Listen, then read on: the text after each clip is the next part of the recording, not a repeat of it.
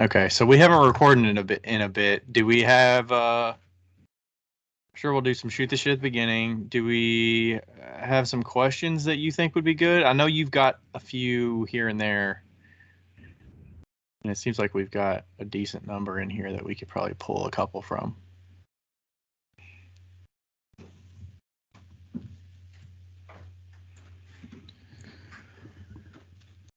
Did you color your hair or bleach your hair? Yeah, it's in preparation. Yeah, so I look like a psychopath right now. Like blonde hair and like half of it's falling out because it's like super white on the bottom and like yellow on the top, so it's gonna be like red. So that's where we're at. And then I got Isaac's truck stuck in the driveway. Don't fucking bite me. And Isaac's cat is vicious. Look at this cat. You can't touch her. Get the fuck out of here.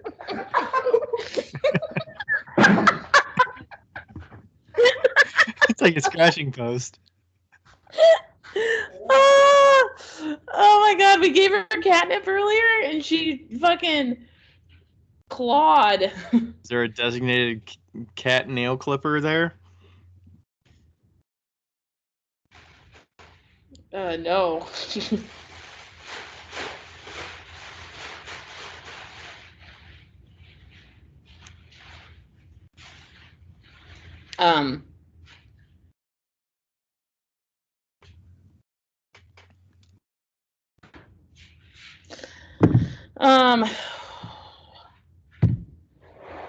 Yes. Sorry, a little scatterbrained. That's all right. I'm looking at some questions. Okay. Rebecca's sending me her exit letter for Terry. Her exit letter for Terry? Who's that, a wholesale person? Yeah, the wholesale account. She's telling her we're peacing out. Why is she sending it to you? Just to like double check and make sure it's not like super emotional or something? Oh, it won't be emotional. Unless it's like, fuck you! It's like 10 pages long. What is this, like the airing of grievances or something? Yeah, I guess.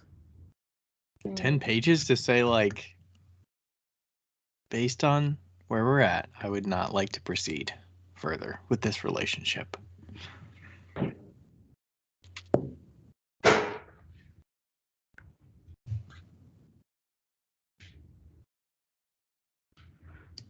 Okay, I like this question.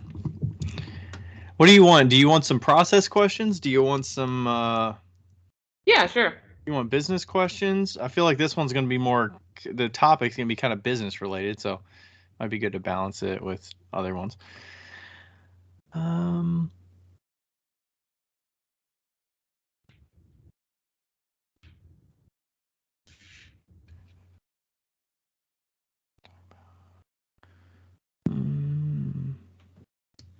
Okay.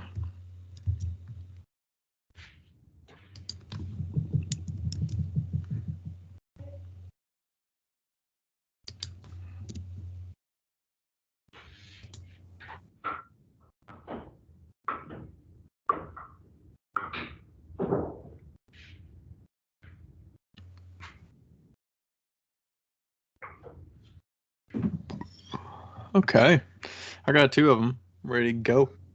I haven't checked to see if we got any reviews lately, have we? Do you know?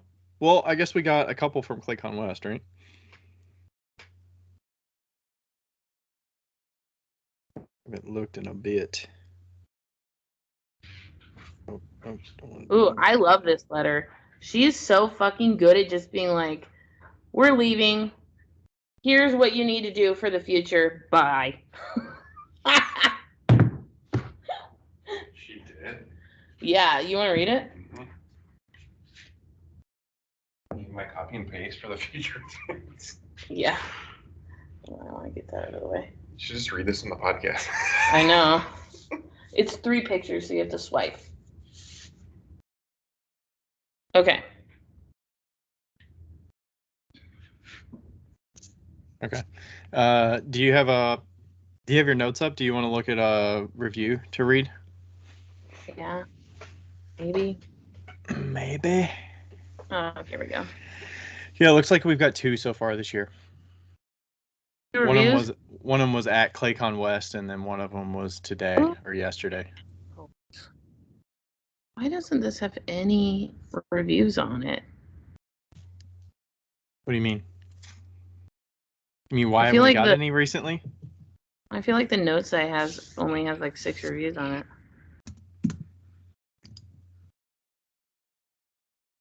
There's not that many. Yeah, there's 8 or so on here.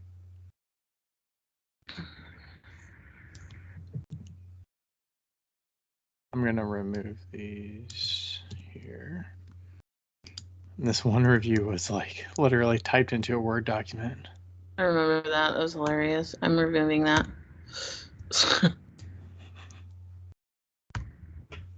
What's the one that we got? Oh, is it still on the podcast thing? Ooh, I think I deleted the person's name that was with that one. She knows it's coming, then. Yeah, she does. Okay.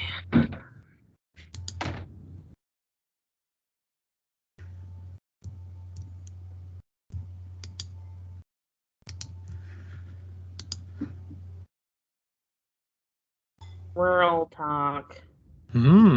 We got one that was in. Oh, that's in the U.S. Okay, I did see that one. It's so fun to listen to you both talk about your lives and pottery. I can't stop listening. I'm slowly catching up, and having Why are you done reading it like that? older podcasts. Thanks for doing this. So mocky. So happy to have found these two. Great information and helpful. Fortunate to have been able to meet Ryan and Becca in person and ask questions. Terrible. Just terrible. I found you guys this spring and have happily been listening while I work. I'm a flower farmer, so I spend a lot of time in the field. Alone, perfect podcast time. I've been looking for certain Terrible. types of pots and planters. Can't find what I want, so I'm diving into pottery this winter. I did have clay in high school and still have access to my teacher. She and I are good friends. Holy shit, this is a long one. No. I'm gonna read it like that. I'm gonna read whatever one I read. No, don't do that.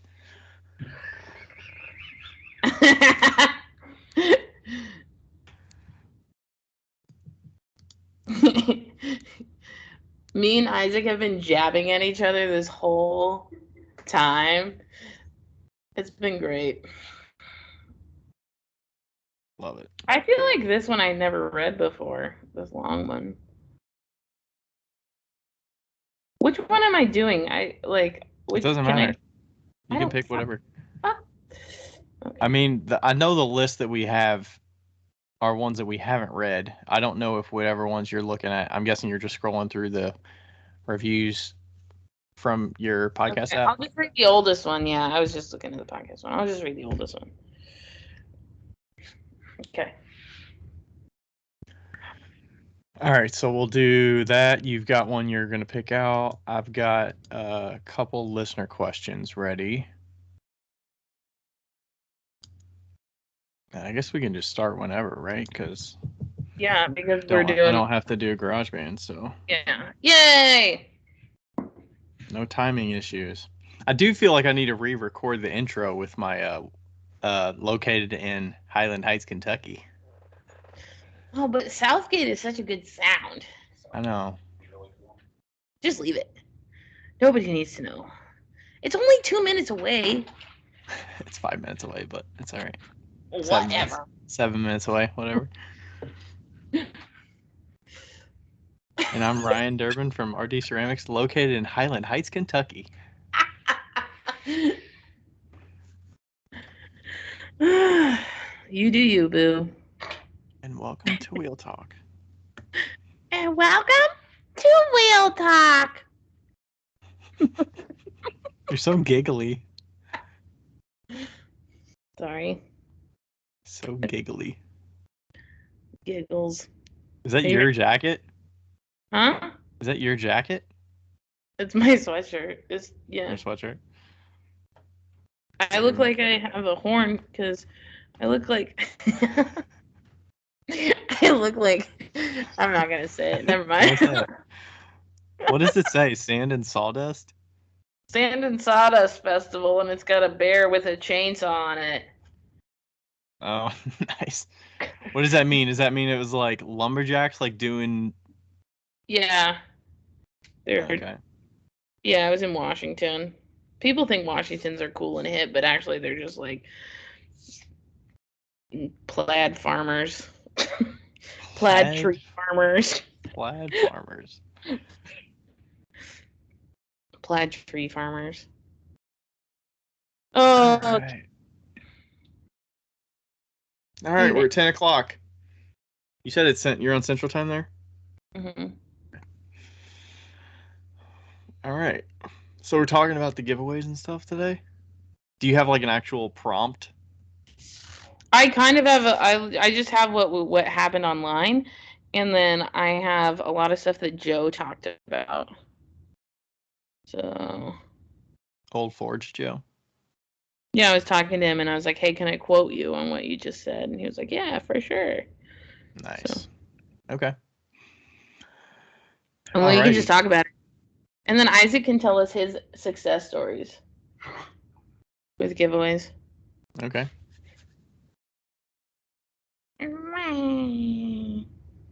Are these like thinking fingers? Instead of spirit fingers, like? Yes. These are spirit fingers. These are spirit fingers. Yeah. Yes. Okay, are you ready? Yeah, let's start. We're live. We're live. Hi, Ryan. Hi, Becca. And say hi, Isaac. I will talk.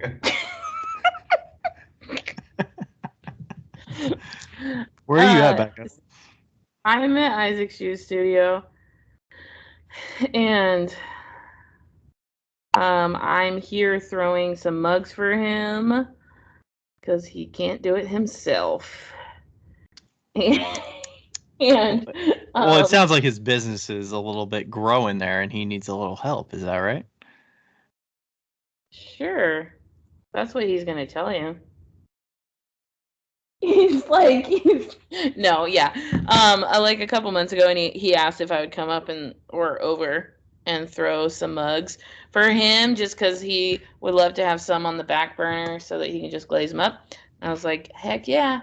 And so it's the end of my month-long road trip is here. Yeah. So Claycon West was about halfway, or early third, first third. Early third, yeah.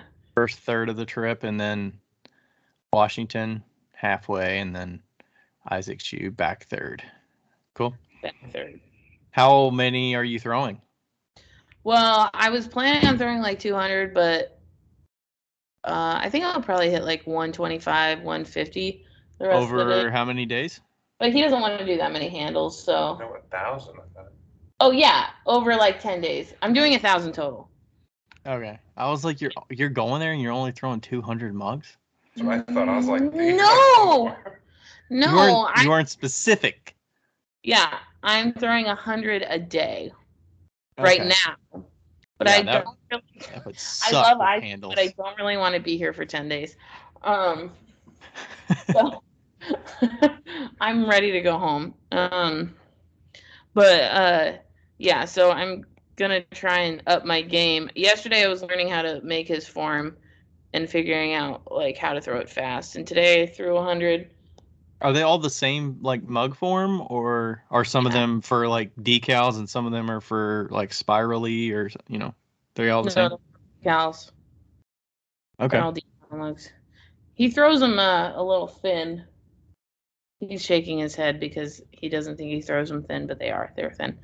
But Okay. yeah, they're Nice. Yeah, Yeah. that would suck having to put that many handles on. Like, I'd be like, do we have a damp box big enough to store 500 mugs? No, we don't.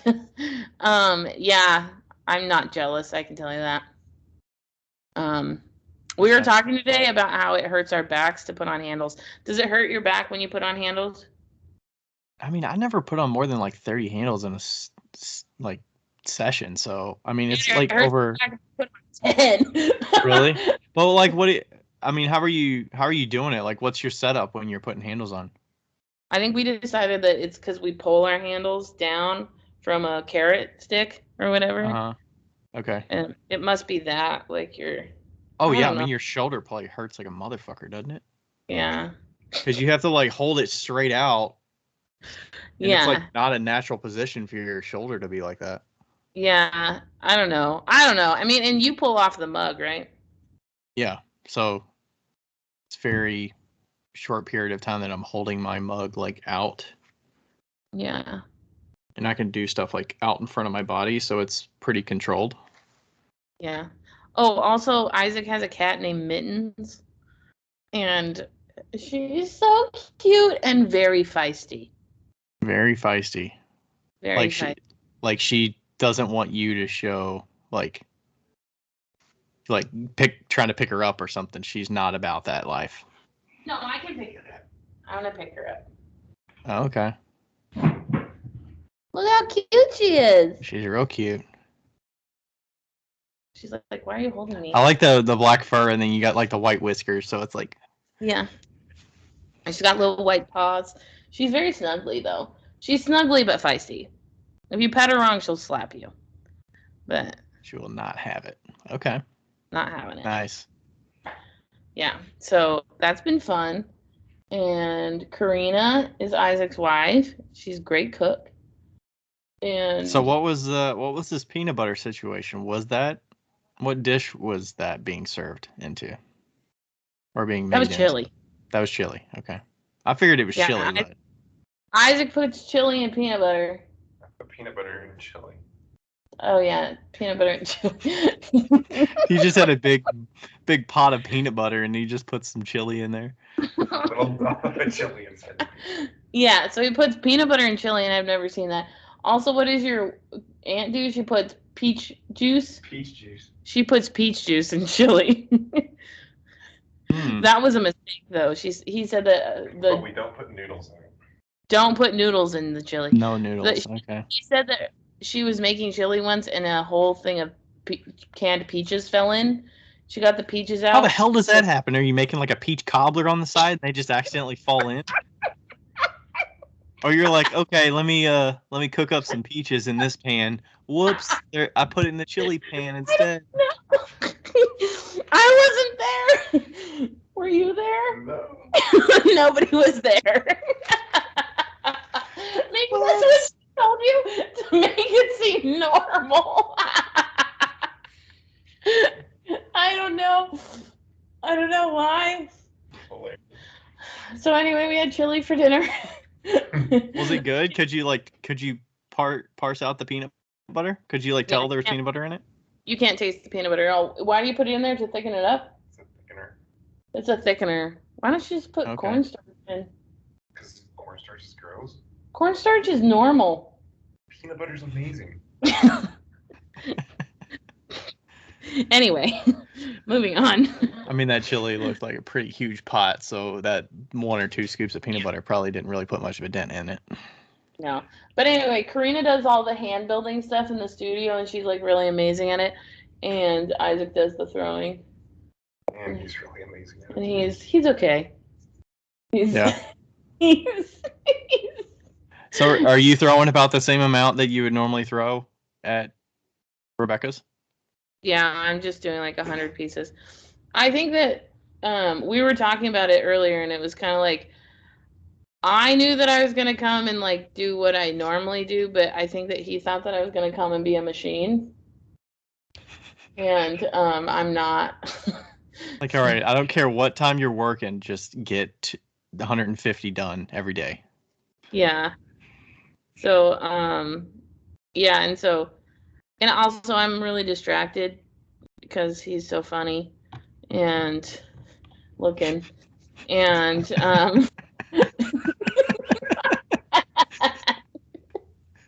and so I have to like put my headphones in and like look down. Rebecca was like, "Does he know you need blinders?" You need to like face a wall. Are you throwing facing a wall? She goes, "Just start putting cardboard up around the wheel." No, I'm not facing the wall. Oh, I'm not. So makes it tough. yeah. How are you doing? Where are you at? I'm doing good. I don't even remember the last time we talked. It was probably at Claycon West, so Yeah, I I'm think trying to it think of was. what we even did. Well, we went to a comedy show this weekend that you were supposed to go to that I you did not. It I was did not. good. Good. We stayed in your place. I saw the cats.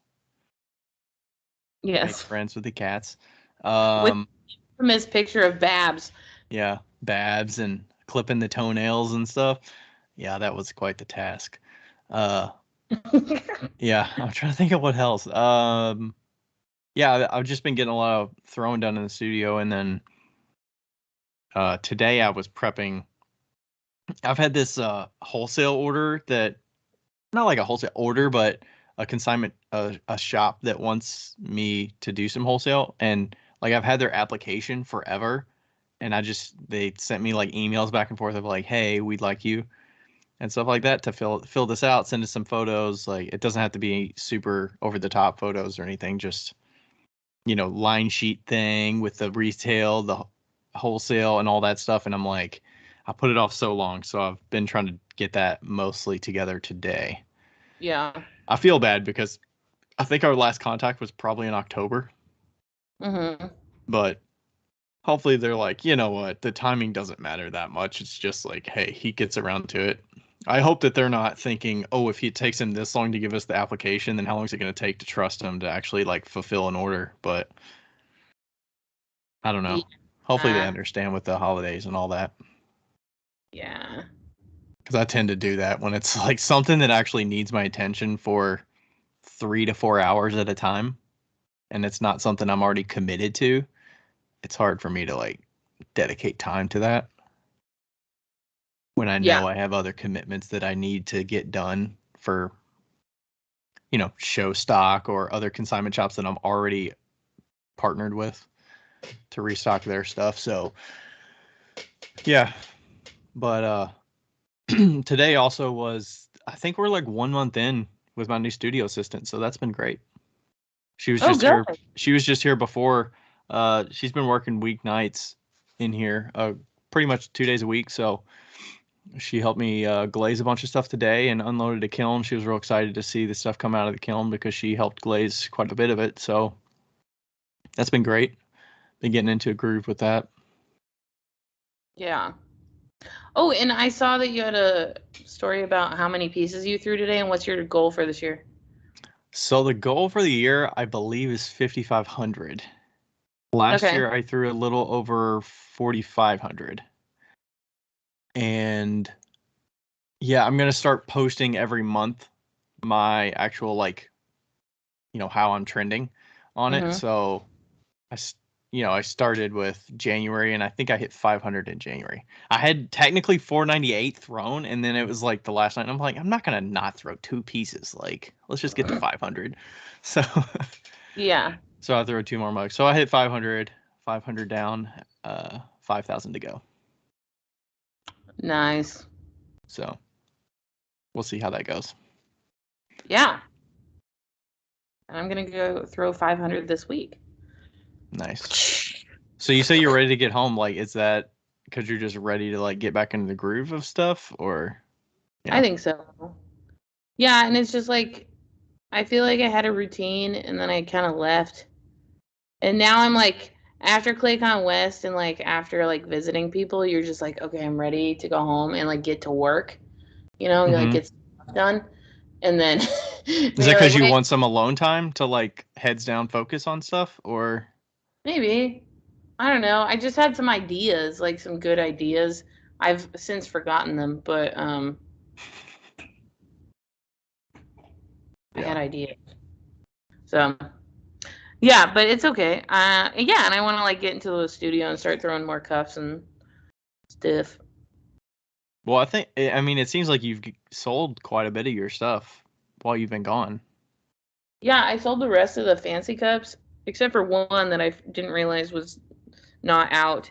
One of my friends in Monroe, like I texted him and I was like, "Didn't you want one of these?" I was like packing them up, and he was like, "Oh yeah, would you take $350 for all of them?" And I was like, yes, yes I would." So he bought all of them. He ended up actually paying me $400, but that was cool. Nice. Yeah. Because it sounded like all the pinch pots were pretty much gone, and then the fancy cups. Are all the pinch pots gone, or most of them? No, there's some pinch pots left. Okay. Yeah. Nice. Yeah, which is fine. I can get rid of those. Most of the cups are gone. There's probably like 10 cups maybe. So, yeah. Love it. That's great. Yeah. Wow. Coming home to a clean slate, almost. Yeah. Hopefully. I might take Isaac's pug mill. Who knows? For payment. No, I want the cash. I'm like, It's you like need a Christmas. pug mill? It's like Christmas when your parents ask you, like, what do you want? And you're like, cash. I want cash. She's getting a check. I'm getting a check. Nice. Okay, so what? We're going to do a review? Sure. Yeah, Becca's going to read a review, and then I'm going to ask a couple listener questions. Okay. This is from UA Nash in 2020. Oof. I always learn something. As a newbie, I always learn. Okay. I always learn something new on the podcast. Listening has turned into a Saturday morning ritual while drinking my morning coffee. We're like the Saturday morning cartoons for adults. Thanks, UA Nash. I'm trying to remember what their first name is. I feel like I've seen the Nash part before. Cool. I feel like I've seen the Nash part before as well. Probably with some other listener questions, too. Yeah. Okay. So, first listener question is from Green Cabin Pottery. It reads, my mentor never did the mystery glaze bucket thing. How do you make a mystery glaze when all of my recipes are not from the same base glaze? P.S. Freaking love your podcast. Canadian fangirl. Canadian fangirl. Do you have a mystery glaze? Yeah. Just basically all of the, tools getting rinsed out. I just use the same water bucket to rinse all that stuff out. And whatever drops to the bottom, that becomes my mystery glaze. So yeah, I definitely don't have all the same bases. I really just mix up whatever I have. And they tend to work out okay. I mean, yeah. I think it's more about like if you're firing with different temperatures of glazes, like that's not going to work out. But like, have you seen issues with mystery glazes with like base glaze like issues? No, do you have a mystery glaze? And yours works fine? Yeah. He says yes, yes, and yes. Yeah. And Yeah. and I mean, I even have some pieces that are, I have like the Joe's Green, which is more matte. I have the Satin Black, which is more matte. And then most everything else, and I have one other white that's kind of matte, but everything else is pretty glossy. So yeah, and it really depends on what like your glazes look like. Like if you have more of like a dark palette or more of a green palette or more like green blues. If you have a lot of blues, your mystery glaze is going to be blue. But if you've got like a real mix of it, usually I find out that it comes out green. What color is yours? yeah, mine's kind of like a forest green-ish. It Yeah, looks like pretty good. It looks pretty good on. It's like a medium green. It looks pretty good on the speckled clay. Yeah, I feel like it never turns out anything other than green or blue. Yeah. Purple and brown. Really? Gross. Yeah, I mean, I wonder if you can like take what you have, because when I mix it up, it looks kind of reddish actually. Like, but I mean that could just be the red iron oxide dominating, like from my Tomoku glaze and my Inferno Red and my Floating Blue, they all have the iron oxide in them, so it gets pretty kind of red. So I wonder if you could like add colorants to it. Like I'm sure you could kind of just like put some different colorants and like shift it a little bit. I feel like it would be easy to make any mystery glaze a black. Just add a bunch of black mason stains in it. Yeah. So, okay. But yeah, I would say just mix them up. I don't think the base of the glaze really matters that much. It's really just, does it come out like as a solid looking glaze? Like, is it smooth? Does it have pinholing and all that stuff? Yeah. I even put all of my stroking coats in our mystery glaze. Oh. Have you ever just done stroking? Well, you've kind of intermingled stroking coats, so it just kind of comes out to like a blah. What is it, like a brown? I feel like mix. Well, you're saying you just add it into everything else, so you didn't. Yeah, like stroking coats go with the cone 6 glazes. Okay. Yeah, you weren't having like customers that use stroking coats like dump it into a single bucket that's different. Yeah, no, they would dump it into a bucket, and then I would dump that into like the collective bucket. Oh, okay. Yeah, you're probably not really noticing too much because there's so little amount of stroking coat. Yeah. Yep. Okay. Next question is, it says, new to pottery, and I have a firing question. I want to do some pieces unglazed with a speckled cone 5 clay. They would be decorative items, not for food. Do I need to bisque fire it, or could I just fire it once up to cone 5? Pieces unglazed with speckled cone 5 clay. No glaze. No glaze. They're wondering if they need to bisque fire it. So what you would do with that is that you would just fire it like a bisque piece until your bisque temperature, and then fire the rest like a glaze. Right. So when you hit that cone 06 or 04 or whatever you normally bisque to, fire the slow temperature or whatever, so you don't blow the shit up. You don't want to do that. Yeah. And then continue on. Yeah. Have you done like single fire pieces before? I've done it once. I've done a few, but no, not really. Like I don't try to. Yeah. I mean, most of my glazes they would run too much. I mean, obviously I've only done it once, so I don't have a big sample size, but you have to have good control of it and make sure that your pieces can like handle not running too much when they hit the temperature and going, because if I'm going slow through like cone 5, like things will tend to run when it gets to cone 6. If it's, taking a long time. But you're probably babying it at that point. Like you probably don't need to go that slow to the high cones. Like you said, once you get through the bisque temp. So, and that was from Kenzo 1992. So, thanks for those questions. Yeah. All righty. Are we ready for the topic today? We haven't talked in so long. It feels weird. I know. Feels like we're off our cadence here, like the flow. Well, we're also in like a different studio. Yeah. And I am, and Isaac's just like creeping, listening, right behind me. He gets the live version. He's actually catching it live. He was like, no, I want to listen because then I don't have to listen to it again.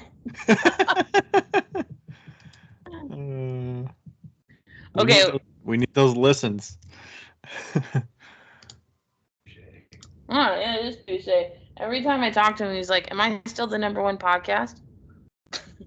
Oh, are you trending out there? Yeah.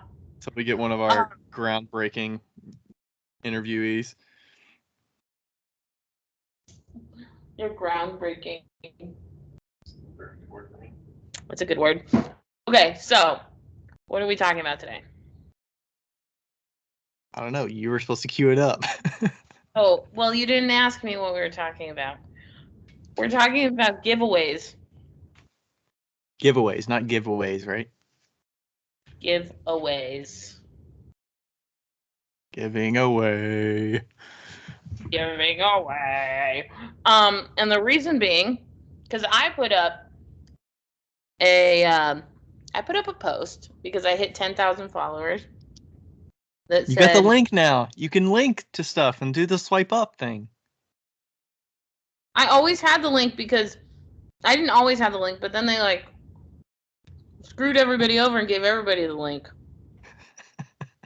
Now everybody has the link. Yeah, they did that. They did that in stories like, I don't know, 4 or 5 months ago, maybe 6 months ago. Yeah. It was longer, yeah. Because that was like the benchmark, right? That was like my goal was to get to 10,000 so I could do the swipe up, and now it's like, what am I doing this for? Everybody can do the swipe up. Stupid. Okay. So I put up a picture of a pot, and I said 10K exclamation points. I'm going to give way to all those willing to believe that giving away pottery helps sell more pots. Oh, I'm sorry. Did you think I said give away? No. Someone paid full price for this cup. I don't need to give it away. We don't do that around here. And then I did like laughy faces and then the upside down face. That was great. I didn't read it correctly the first time I saw it. And then you were like, did you see that I said something? And I was like, no, I didn't. Let me look at that again. And then, so like, I did it as a complete joke. I thought it was funny. Most people thought it was funny. There was one person that, and I'm going to read this comment just so that we have context. Don't read out who it is, but. What? Yeah, I'm not going to do. He says, for non-established artists starting out with giveaways actually work great to increase organic reach. It's awesome you are already at the point and you don't need to do this to sell out all your works. Others shouldn't feel bad or worthless if they need to do that to increase social media follows. So that's the comment. And then what follows is one of the other followers, they had a little argument all the way down, like forever. It's like that person? Yeah, with that person. It's like a 20 comment argument. And I have not read it because it's too many words. But but I think it brings up a good point because and I wasn't telling anybody not to do giveaways. I just thought it was really funny. I've done giveaways in the past. I actually don't sell out my work every time I do a sale, but I don't do giveaways because I don't want to give away something of mine for free. But you're also willing to give things away if. Oh yeah, I give shit to my friends. Calls for it, like you will. Yeah, but I'm just not willing to give away something that I've worked really hard on, like a fancy mug that was like $100. I'm not willing to give that away on a giveaway on social media. And it's not because I want more followers or don't want more followers. It's because I don't want to do it. I just don't want to. And I don't, as most of us know, I don't give a shit about Instagram. So if I have more or less followers, I don't care. Because I can sell my stuff regardless somewhere, whether it be in person or the people that have followed me for years and years and years. I have no intention of being a super large company. So with that being said, I don't like giveaways, but I do think that in some aspects giveaways can be good, but I also think that in some aspects they are not good. And so I think that we should talk about the pros and the cons of giving things away. Yeah. I mean, I think, and just like some of the commentary that you just had, like some of the mentioning of giveaways being an organic growth, helping organic growth, like giveaways are not organic. It's not organically growing you by forcing people to go follow. Like that's inorganic to force people to do, like the opposite of organic, to say you need to come here for a specific reason. And then from there, like, are you actually going to be like, I don't see that as being organic to me. Oh yeah. I don't think that even like that part of the comment didn't even get to me. I don't think I actually know what organic growth is, like, until you just said that, you know, versus inorganic. I haven't really thought about it, but Inorganic growth, I think, would be like a post blows up and you go viral. Like, that's not really considered, or I don't know. Maybe organic is like slow and steady, kind of like growing over time. okay. And then I see inorganic as like something goes viral and you get this super influx of people all at one time because of this one thing that was not a natural progression. Are you looking it up? Yeah. Okay, so in a nutshell, an Instagram organic growth strategy is a way of boosting your follower count without dipping into your marketing budget. It involves using organic, aka unpaid marketing strategies on Instagram that increases the number of followers your business has. Huh. I mean, couldn't you consider giving a Actually, piece away as marketing? yeah, and it's a paid marketing because you're paying yourself technically, right? Because like that piece costs money. Yeah, you're giving away your time and your physical like materials and stuff. I think most of the like not fun parts of the giveaway is just all the work you have to do once people like finish like applying for it. It depends on how you do it, I guess, but like if you do the old school comment, tag people, and like keep track of interest, like that's a terrible thing to keep track of. I've probably done like 2 in my lifetime on Instagram. Yeah. And it was like when I hit 5,000 and when I hit like 15 or 10 or something. And it was and then you like go to you go through these tools and stuff that pull comments and pull names, and then you got to put them in a spreadsheet and you got to randomize it and you got to all whatever rules you decide. So where do we start? Do we start with like pros, cons? Like, I don't personally do giveaways anymore just because I don't like the work that goes into it. I will give things away randomly, but it's not really the typical like add tags. It's more like for fun. Like I did one that was, hey, tell me, like, guess a number kind of thing. Like I'm thinking about doing one that's like guess the number of shot glasses that I unloaded out of this kiln, while it's like a video of me showing like unloading a kiln. Andrew Linderman did. Yeah, he did that with the mugs, right? Wait, I had something to say because in this article it had 8 things that are or 8 strategies to boost your organic growth on Instagram. The last one does say leverage competitions, giveaways, and promotions. Okay. So it's kind of contradicting itself, but it does say that like doing a competition or a promotion is good. So think about what kind of prize or incentive will attract your target audience. Remember, the more lucrative the prize, the more engagement and entrance you are likely to get. So I think there's definitely a fine line of like more lucrative the thing, because any of those posts that are like follow these 6 accounts, we're doing these giveaways with 6 people, I'm like, I'm not fucking doing that. Like I have no interest. People tag me all the time in giveaways and I just like don't. Like I don't care about getting tagged, but like the giveaways that have like 6 and 8 accounts and they're like you only get a chance to win if you follow all 8. I'm like, I don't fucking care enough. Yeah, you're welcome to tag me on any giveaway posts, but I'm not gonna respond back. Yeah. But if you want to use me as a dummy account, you're welcome to. Have you ever won a giveaway? What? Have you ever won a giveaway? Absolutely not. I'm the most unlucky person on the face of the planet. Like, you too. Have you participated? Have you participated in some? I think maybe a few that like my friends, like, I don't know. I like one time me and Andrew went to the casino and we were playing what was the roulette? We were playing the roulette because he wanted to show me how to play. And so we both took $100 and no other cash, right? I don't even think I took my I think I took my license and $100, and every single every single move I made, I lost. And then And then you got tired and you left, and then the person that you came with is still there for like 2 hours, and you say, I'm leaving you, like you did to me.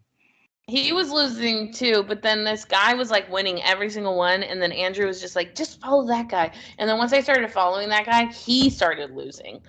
And so he's like, ooh, you're like a unlucky son of a bitch. Get out of here.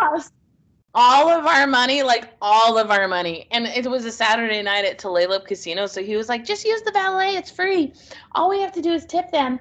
And so we lost literally all of our money, like to the last cent. I think I had 4 cents left, and we walked out in the valet and we couldn't tip them, and I was mortified. I'm sure that happens to them all the time, though. I mean, it still doesn't make you feel any better, but or them feeling bad. And the worst part was that we were planning to get burritos after. Oh no! You know what you do? You got to tip the valet on the way in so that you don't forget. I know, you should tip the valet on the way in. Yeah, we were planning to get burritos on the way back, and we didn't have any money to get burritos, and it was so sad. Guess you got to leave 15 in the car, 5 for the valet, and then you go inside. Yeah. So that's a life lesson for anybody that's going to a casino and use the valet. You gave up on me. You just like walked away. You're like, you're gonna be here for another hour. I cannot sit here. We went into a casino and in Biloxi, Mississippi, on our trip. Money in 5 minutes, and Ryan was like, gained all of his back plus more. And we're like, fuck. I mean, that $20 lasted me like more than an hour. Yeah, and then we finally were like, we're gonna go to get ice cream, and so then he followed us. Yeah, I just upped my bets a little bit and got done in another 10 minutes or something, or 5 minutes. Yeah, we walked away, and Rachel was like, just because we're getting ice cream, he's gonna come. Watch, he'll come like right now. Yeah. So anyway, that's our gambling experiences. Yeah, I've won one giveaway, I think, in the past on Instagram, and it was from Joe at Old Forge, and it was a name this glaze combo. Yeah, that was an intellectual giveaway. That's the kind of giveaways that I like. Not intellectual like you said, but it's just like there's something more to it where it's not completely random. There's like, it was not you have a little skin in the game. Yeah. I could maybe win one of those, potentially, probably not. My humor never matches with almost anyone except for that guy that's sitting right next to me. So yeah, but let's talk about the giveaways that we think work. Okay. I'd like have you heard of King Sumo? Do you know what that is? No.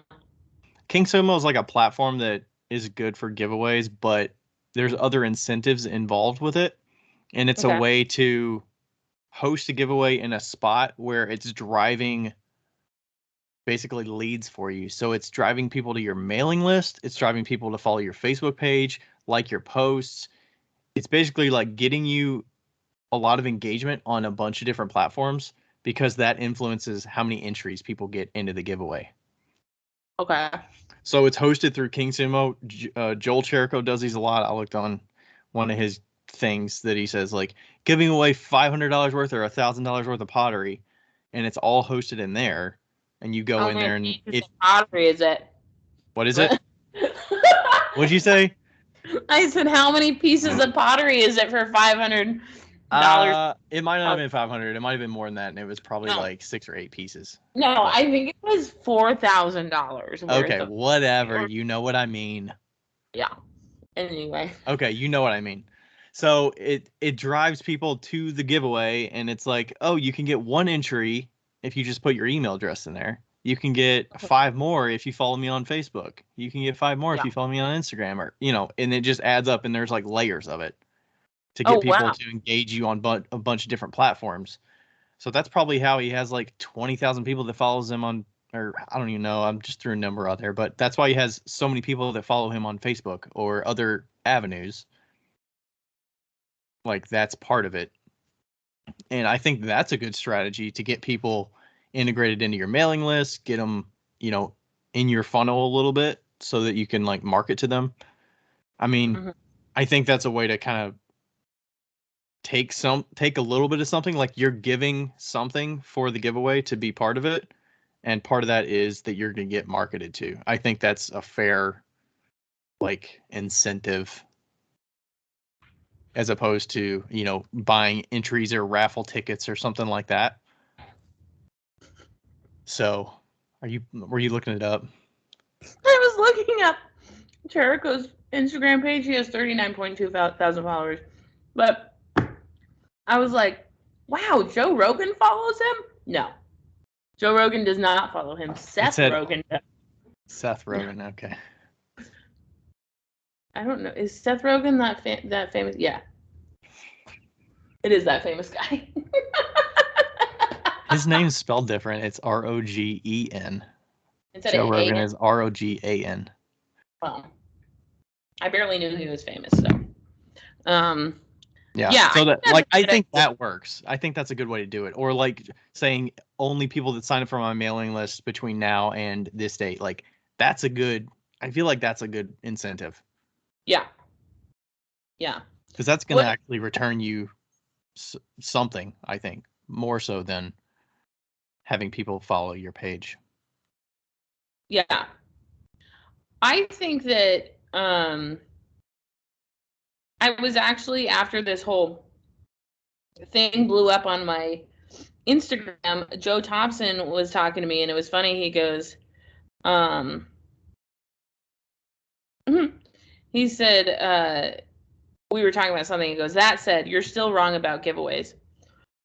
And I had mentioned that I think they can be helpful, but they shouldn't be pressured. And I do feel like giveaways nowadays are pressured. Like there's an expectation that when you hit a certain milestone, you will be giving something away. Yeah. Or if you have historically given things away, you're known to be a giveawayer. A giveawayer. I think it's absolutely ridiculous that if you hit 10,000 people, 12,000, 15,000 people, 20,000 people, that you should be giving something away. No. I think that is absolutely ridiculous. Who puts that pressure though? Society, Ryan. I know, but if you don't historically do giveaways, who's putting that pressure on you? Oh, no, nobody. But everybody does them, and I feel like a lot of new potters that maybe feel like they shouldn't have to do giveaways or don't want to do giveaways feel maybe pressured to do them once they hit a certain milestone. Now, that's not to say that they can't. Like, of course they can. If you want to give away your pottery, that's awesome.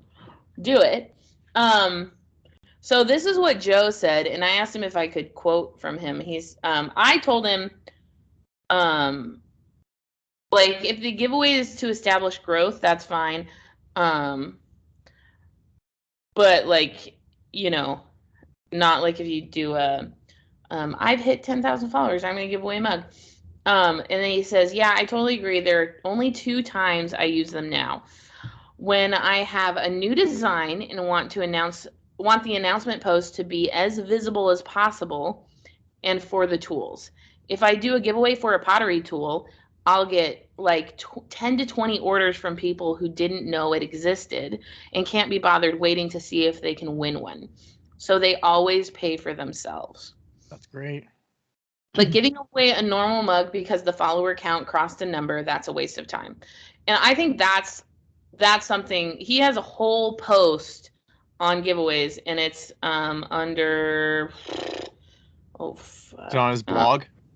How to grow your Instagram following from December 10th to 2021.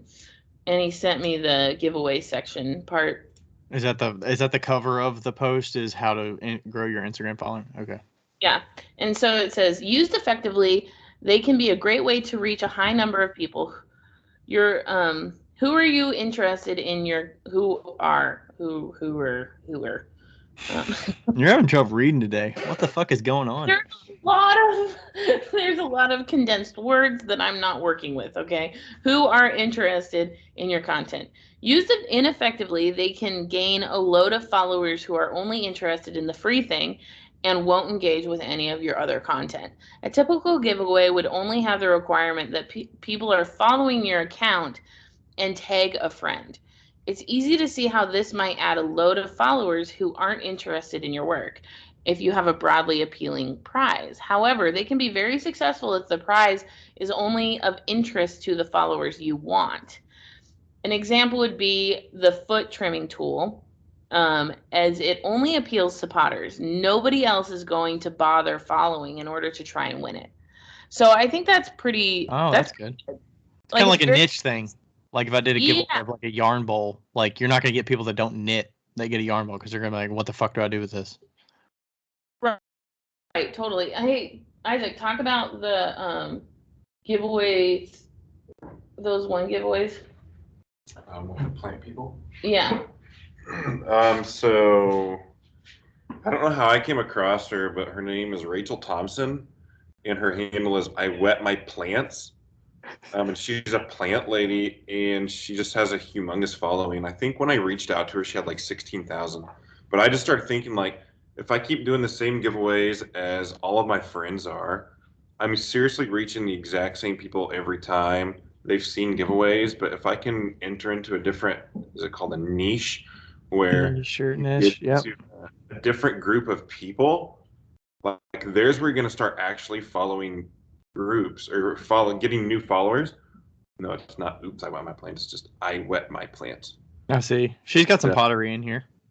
Yeah, right. And so I started thinking planters. So let's go to the plant people. And I found her, and she had a humongous following. So I thought, man, this will be great. I reached out and just said, hey, if you ever want to do a giveaway together in the future, I would be more than happy to do something.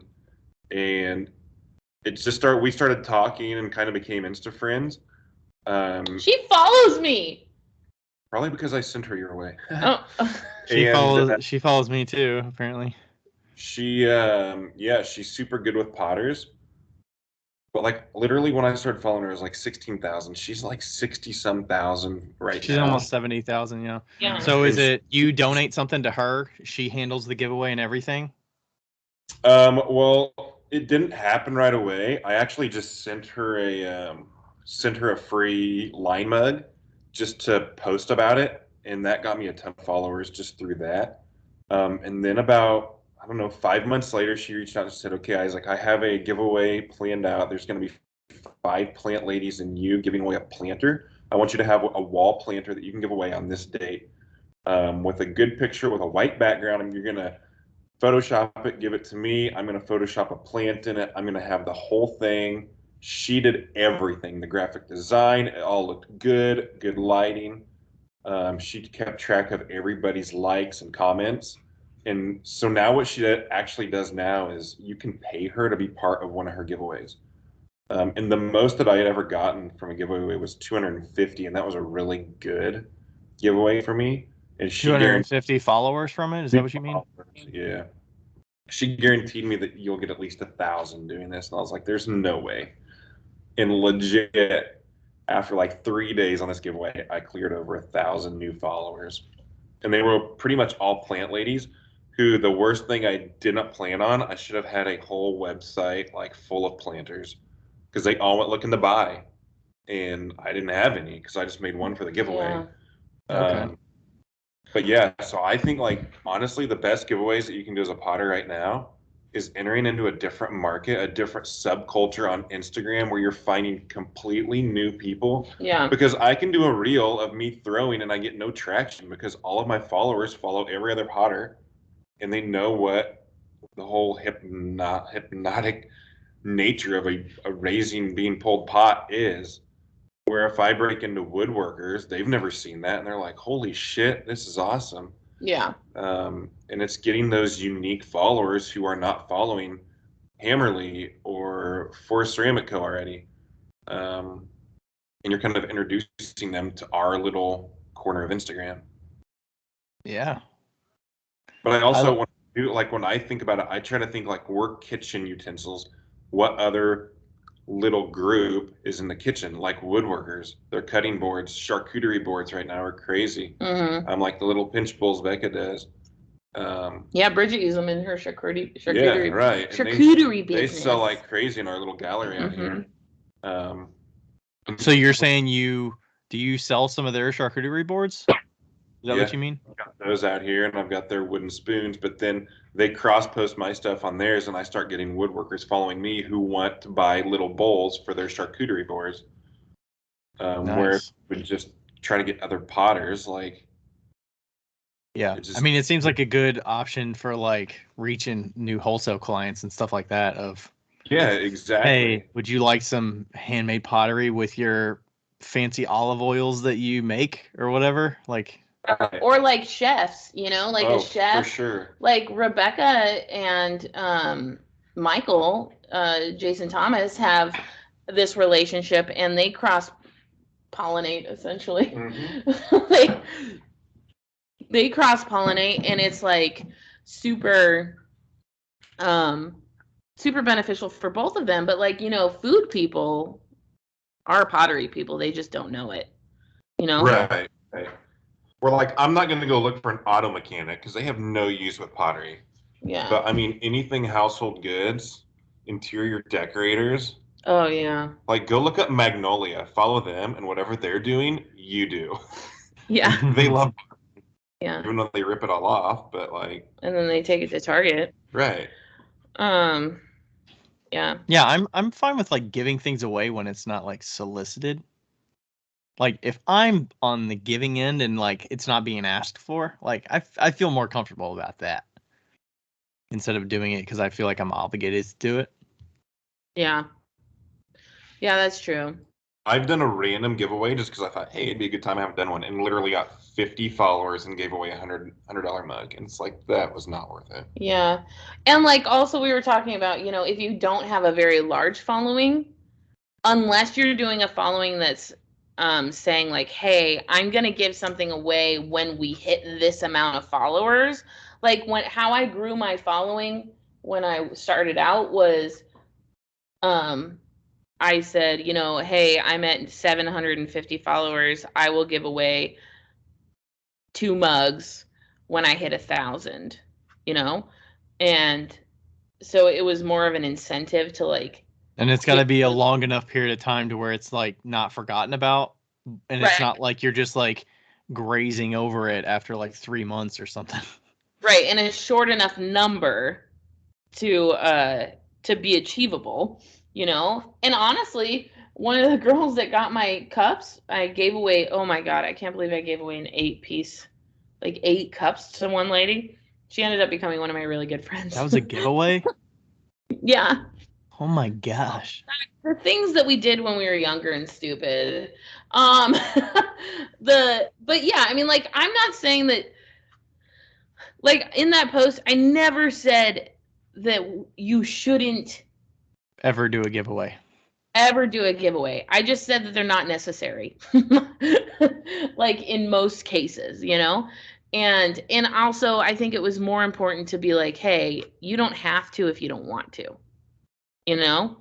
I think that's I felt pressured to do giveaways when I didn't have to, you know? And that's annoying. Is that from your followers because you mentioned like maybe I'll do a giveaway or No, it's just like mental pressure. It's like mental pressure. Like you see somebody doing a giveaway and you're like, "Oh, I should do a giveaway because everybody's doing a giveaway." And then when I did TikTok, oh my gosh, so many people asked for giveaways. Like, "Can you give away something you should give away something because you've hit 200,000 followers." Like, it's like, "Fuck you." Um like I don't want to, you know? I mean, I think at the end of the day, it's like up to you what you want to put your time and effort into. And like, if you don't want to give away a $30 thing for something that's going to take you 2 or 3 hours to like work on behind the Yeah, scenes, obviously it's up to you, but some of us don't have the self-control that you have, Ryan. Okay?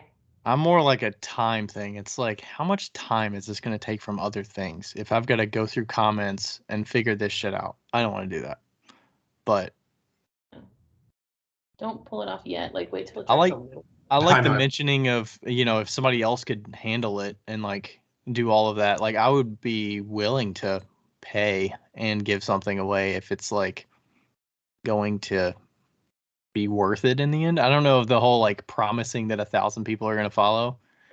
Oh yeah, it was awesome. Like, so I did that when I was like at 9,200 followers, and she said I will get you to 10,000 because I wanted the swipe up, and it was really cool because there was like 6 plant ladies. We had our little Insta chat session, and they were like all like cheering me on. They're like, "Yes, you're getting so close. Only 200 more. Only one." And it was really cool because like they supported each other, but they were all had skin in the game because they had all paid. I didn't have to. She just invited me. So that was kind of cool. Yeah, that's cool. Yeah. But she was in it as a trial to see if she can make a business out of this. And apparently Mhm. she can. Yeah, so she sells insurance full time in Florida, and she's trying to get to where her plant account can like feed her family. And that's one way she can do it is she's really good at organizing these, and she takes total control, and you pay to do that. I would totally do that. I She's mean, got like, it if running like a well-oiled machine over there. yeah, if my life was totally dependent on having my Instagram account be successful, I would pay for that. But my life is not. Like, if my Instagram account's not successful, who cares? I don't.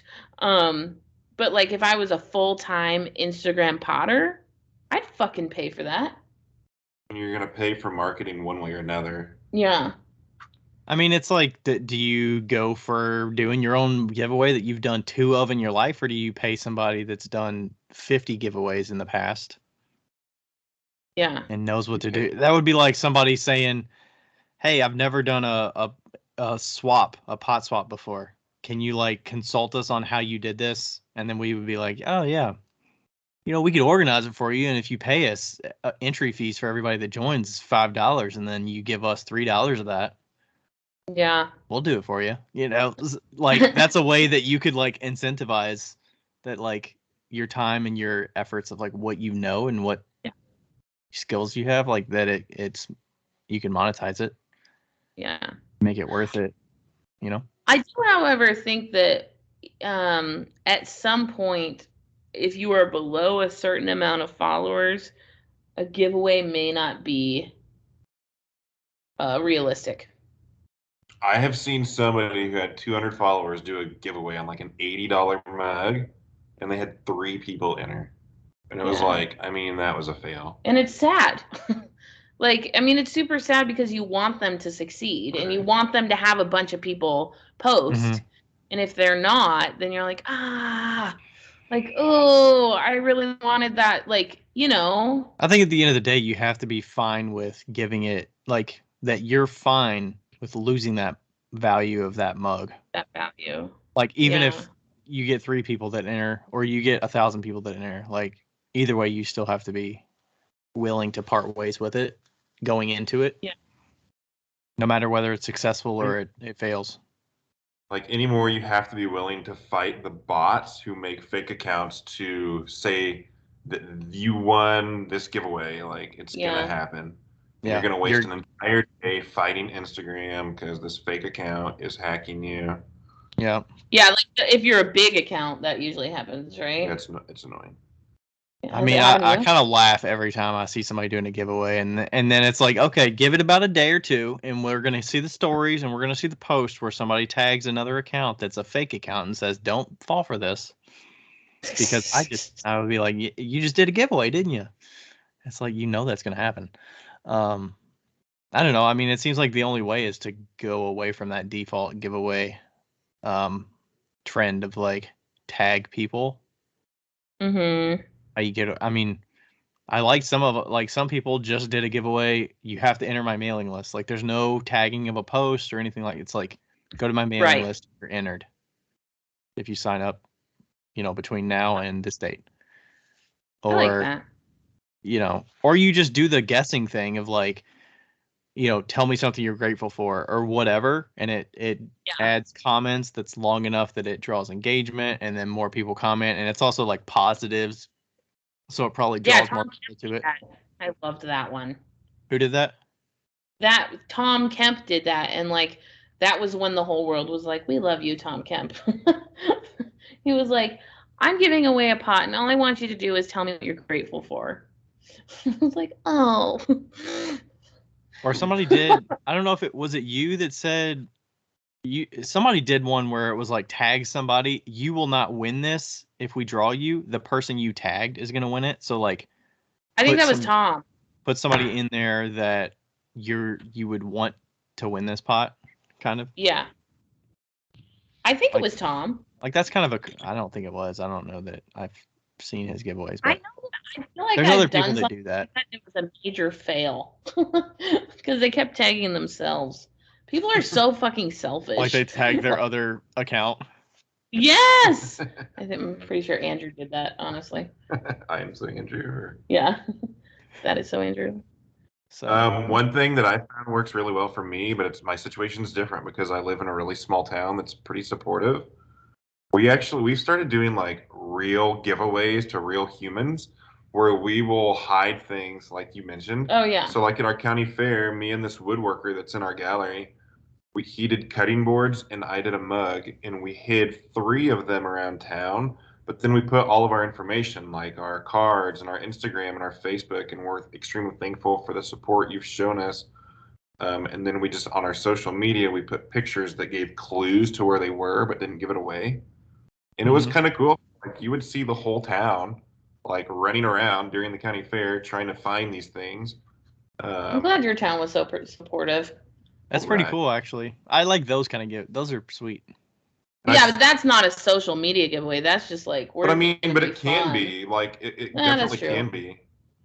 I did that when I left Monroe, but I guess I just didn't do it like loud enough. I don't think, I wasn't loud enough, and I like hid them around town, and then all my friends went around town and got them, and then I hid one in a bush like super fucking hard, and I found it in December when I went back. No, it was in March. I found it in March when I went back. I hid it in December and found it in March or April. But I think if you live in a small town, like it's really cool because people may not know that you do pottery in their small town, and all of a sudden, like, oh damn, look, I can go get a gift, and then they can call you up, and it's not necessarily social media, but it's sales. Yeah. But I mean, some of those are your best customers to have people that are local to you that support you, and also like will talk about you. And I just got this mug. This guy lives like 10 minutes up the road. Yeah. Well, it's kind of like if you have other offerings like classes or, sales and stuff like that you draw people there, then they'll probably become a repeat customer. Yeah. Like I would say 90% of our sales all year are person to person in our gallery. Yeah. Since we got it open, like before that it wasn't, but it's just local people who tell their friends. Yeah. Oh my gosh, word of mouth is the best. Okay, but I will say, here's one thing. When I used to I think doing giveaways within sales is actually a good tactic too. So like when I used to do the sales. Yeah. When I used to do the flash sales or like updates or whatever, I would do an incentive. If you share this post, I'll give you a free pinch pot. When you buy something.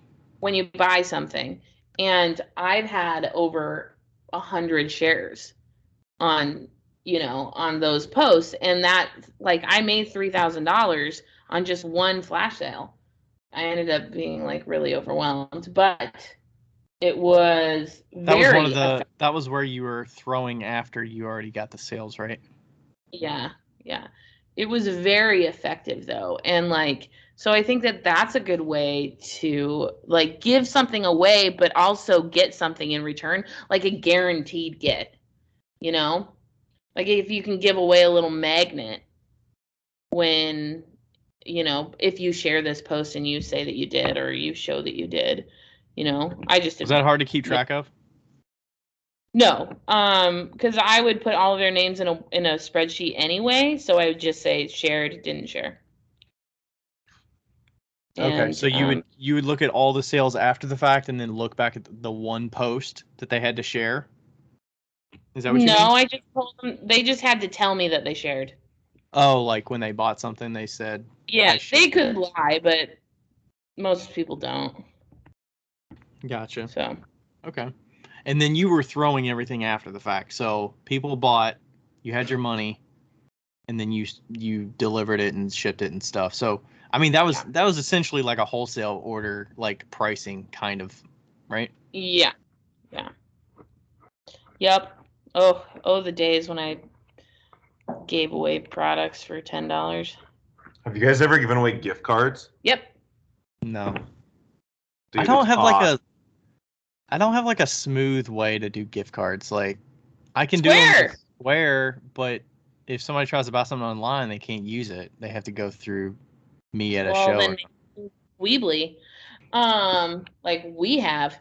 Okay, so what have you done, Isaac, with the gift cards? So like we do 3 major events in our gallery every year. And this is, I mean, it's extremely local, but I mean, it would work online too. So instead of paying like $100 to advertise this thing on Facebook and they push it out, we give away 4 $25 gift cards if you share it. And it spreads around the local community, and then they spread out to, like, so I'm in South Central Kansas. We get into like Wichita and Kansas City, and we get these shares like Oklahoma City and sometimes Dallas area. We should mention that this only works on Facebook.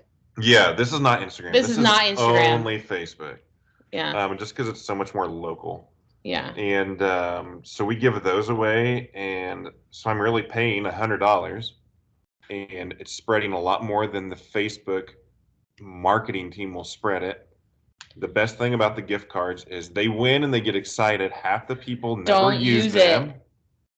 And the other half that use them, they come and they buy double or triple. Mm-hmm. So you get $25, but they're going to buy a $50 platter. Mm-hmm. Plus they have more. Plus they have a better chance of winning if you're giving away 4 of them. Oh, for sure. And they love that because everybody sees, oh, giveaway, I'm not going to do it. I'm not going to win. But when you have 4, they're like, hey, there's a chance. Yeah. And like, he's right though. When if anybody ever, like, we have a storefront, or I had a storefront. So people would come in all the time and be like, are you willing to donate to this and this and this? 100% gift card. 100%. Always a gift card. Yes, I'm totally willing to give you a gift card because guess what? They're never going to use it. They're never going to use it. But lately, they've been pulling but we really like your art. We think people would want to see that. I'm like, I'll print that on the gift card. Nah. And then, so how do you logistically do the gift card in Square? Because when I look at it, it asks for an email address or something. I don't know if that's just the digital way to send it, but is there a pretty streamlined, easy way to do it? Well, yeah, you could do a digital gift card because then when you just pick the winner, you say, hey, what's your email?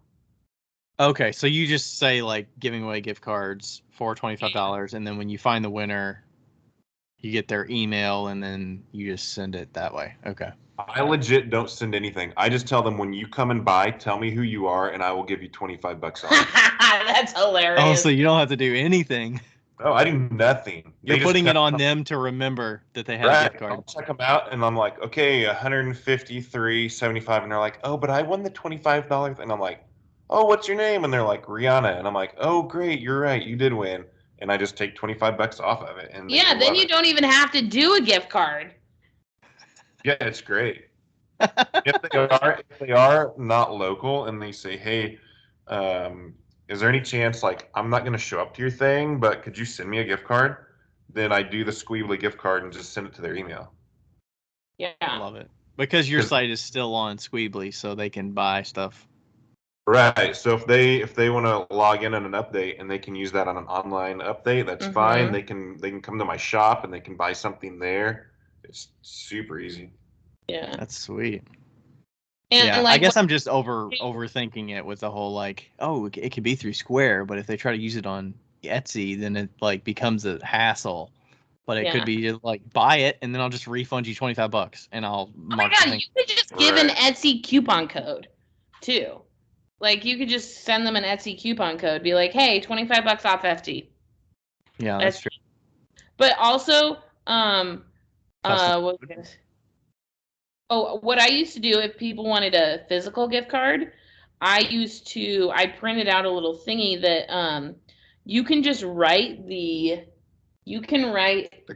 code on a card, and if they bring that card in with the code, you can just type in the code in Square, and then that code will transfer to the gift card. So if you wanted to give them something physical and you didn't have a physical gift card, you know, because you can buy the gift cards from Square, but you can also buy 1,000 business cards. I think we talked about this. On them.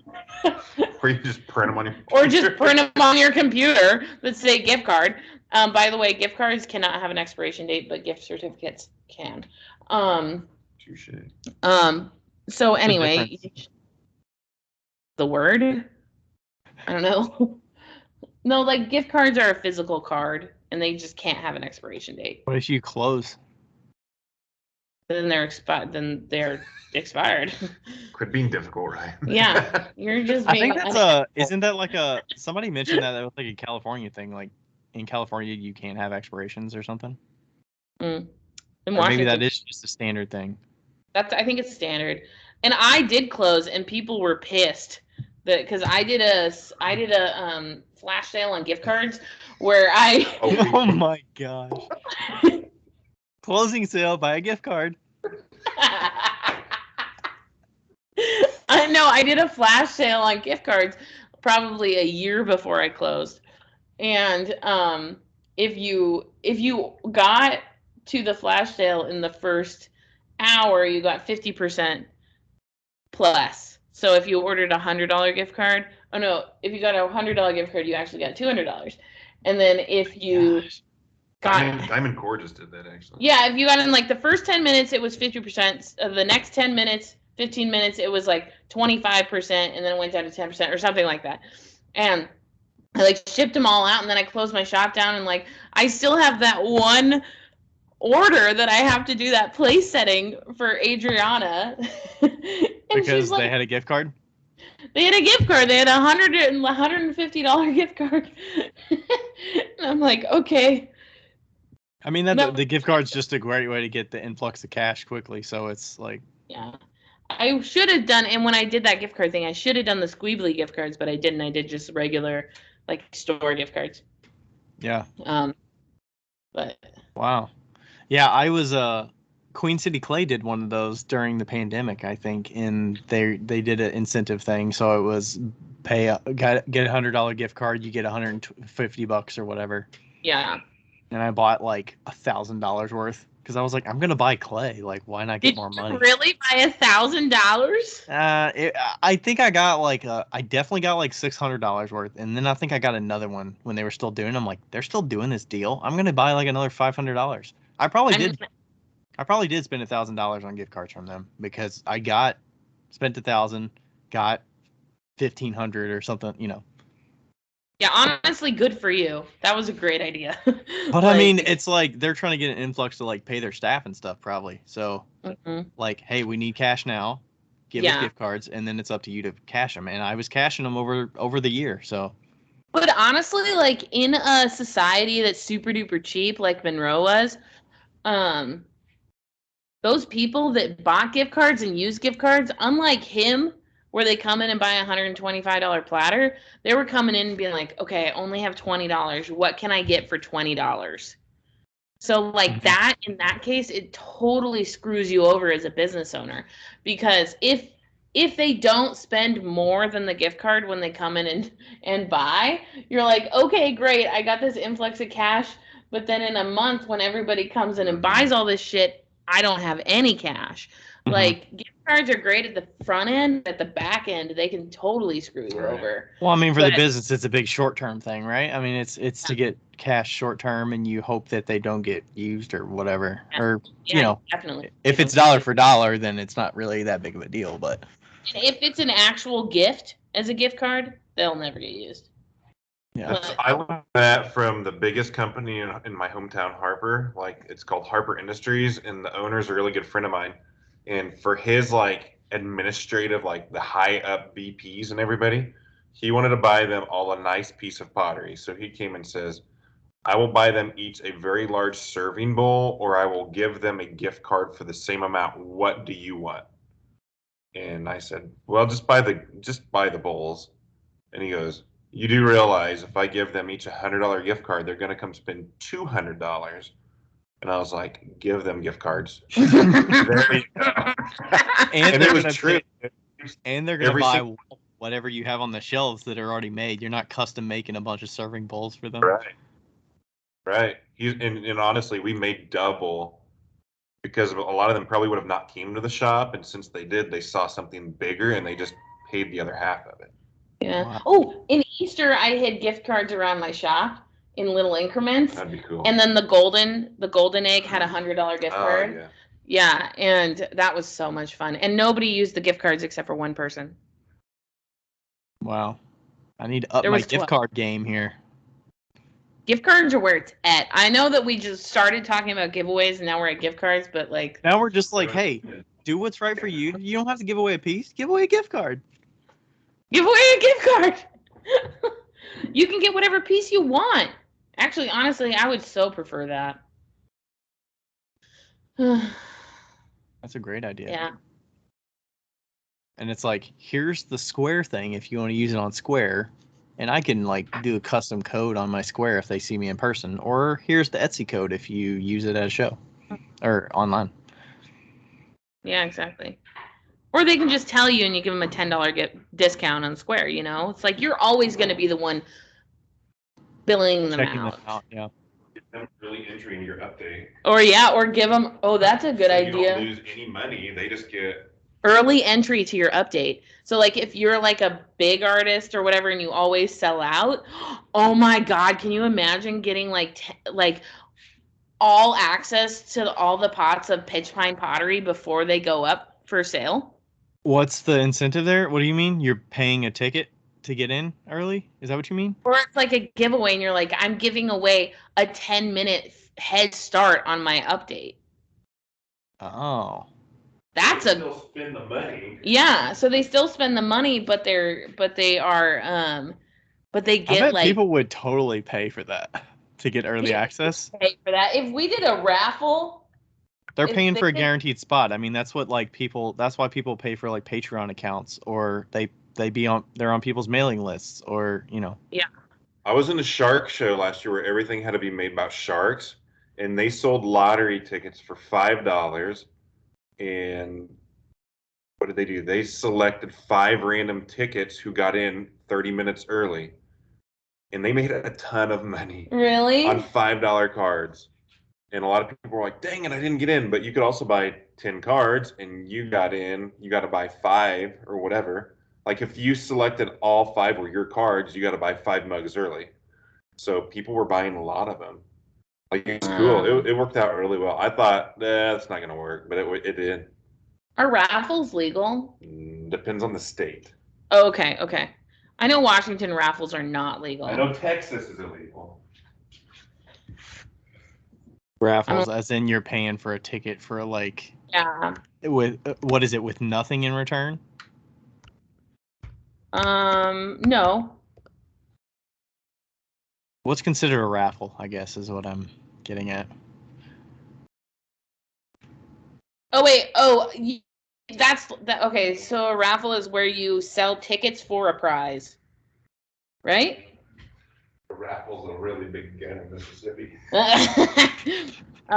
Anyway. So the raffles that it's completely illegal, the states that it's completely illegal is in oh sweet Jesus. I don't fucking know. Alabama, Okay. Hawaii, Utah, it's completely illegal to do a raffle. But I think in most states, it's illegal to do a raffle unless it's for a nonprofit. Okay. If I remember correctly, but What do you think about? I'm not. I mean, there's kind of those. I feel like there's kind of those raffles with pottery that I've seen. I'm thinking like Another Seattle. Have you seen a raffle that she's done? I'm trying to remember how she structured it. I'm sure people do raffles. I mean, I've definitely seen them, and I'm like, man, people will definitely. Or maybe it's also like donating money to something, and then you get tickets based on how much you donate. I know eSport does something like that. Like if they're raising money for a cause. There's always ways around it. Like A lot of people here will sell tickets for $5, and you're buying a ticket that has a number, and then later it's like, how do they word it? There's some weird way they word it where you bought the ticket. It had nothing to do with my pottery, but you bought a ticket. I just happened to find out who had that number and I gave it to them. They do that with beer sales here where you can't legally sell beer like at But you're just buying tickets and they're giving away beer. right. At a Catholic wedding here, you cannot sell beer, but you can sell tickets, and this beer cost 5 tickets. Oh, wow. So they're buying tickets, but then the ticket is now the monetary unit at this place. Yeah. I've seen people do that too. It's just how close to the line do you want to tread? Right. It's like crypto. Yeah. I think East Fork does that donate thing where if you donate to whatever cause that they have going on, you get access to their second sale because they're so in demand that you get access to that shop all the time. Yeah, you have to donate like at least $3 or something to like the cause that they choose. That's kind of cool. Yeah, I think it's cool too. Like, yeah, because people love their seconds because their pottery is so expensive, and their seconds aren't really all that second. Yeah.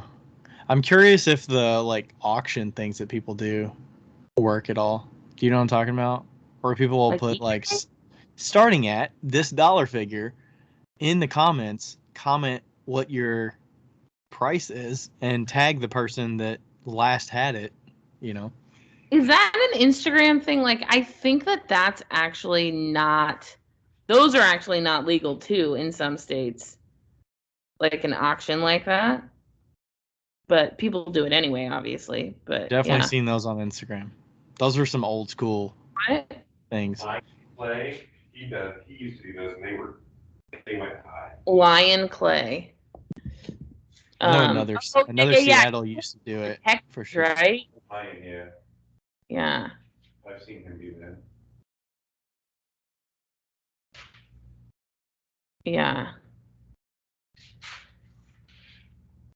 Yeah, I know Katie used to do it, and it would be like this one thing going for like $600, and I'm like, holy shit. But when you're so desperate to get something because there's so much demand that like somebody will pay that. I don't know. I would never pay that, but somebody will. Somebody will. Gosh. If you guys don't know who Lion Clay is, you should look him up right now. It's Lyon Clay. Oh, I know what you're talking about. Is he really? Yeah. Oh, his pieces are so beautiful. Yeah, they're so cool. What did he say about Lion Clay that he did? He said he's the most humble, nicest human in the world.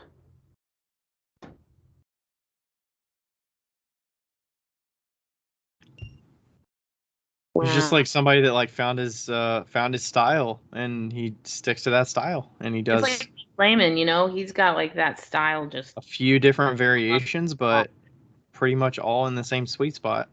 Yeah. His handles are cool.